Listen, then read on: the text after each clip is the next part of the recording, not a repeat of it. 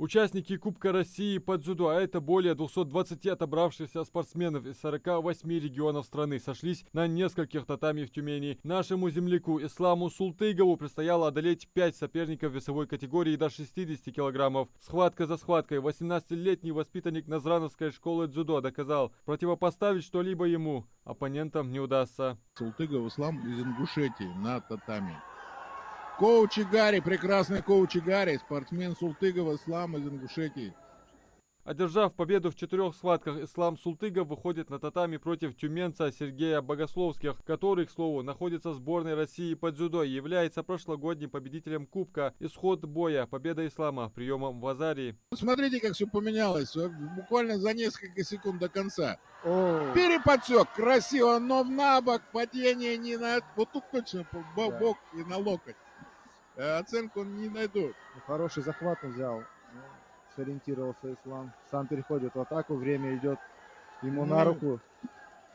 Но и фиксация с икоми нет. Сейчас Султыгов уже не упустит свою позицию. Богословский Сергей проигрывает и становится серебряным медалистом весовой категории до 60 килограмм. А Султыгов Ислам, представитель Северо-Кавказского федерального округа и Республики Ингушетия, становится победителем, с чем мы его поздравляем.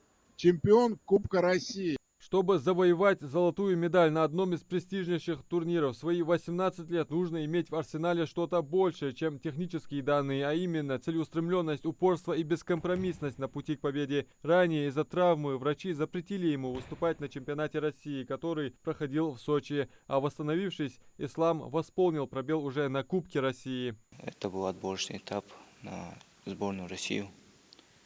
Соревнования очень престижные и все схватки были очень хорошие. С первой по 5 схваток у меня проходила самая сложная схватка была в финале. Потому что соперник был более опытный, знал мою борьбу. Тоже оба выкладывались на эту схватку, осторожничали. А вот в начале схватки я все досрочно выиграл полным. Схватку я выиграл на Азарии в конце времени и претерпел это время и одержал победу. А вот на чемпионате России, предшествовавшему Кубку страны по дзюдо, отличился Магомед Алгатов. Там, в Сочи, отобравшись на столь значимый турнир, дзюдоист показал мастерство и красоту ингушской школы дзюдо.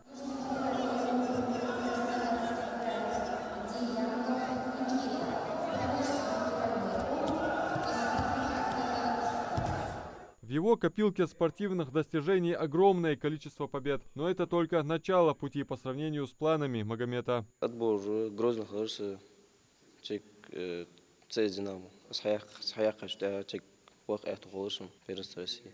Чек просват хороший, за выход в финал еще раз, удержание за выход в финал, чек за третий, схаяка раз третий. Тот, кто перед каждым поединком дает напутственные слова, поддерживает и настраивает их наставник и тренер Магомед Камурзоев, конечно, доволен выступлениями своих подопечных. Чемпионат России выигрывали у меня ребята, по молодежи выигрывали, по юношам. Кубок России у меня первый за это всю практику работы. Для меня это хороший результат и вообще для республики очень сильный результат. Дзюдо активно развивается в регионе благодаря целеустремленности самих спортсменов, трудолюбия и вовлеченности самих тренеров и, конечно, основателям этого вида спорта у нас в Ингушетии. Адам Мережков, Султан Магушков, Магаз 24.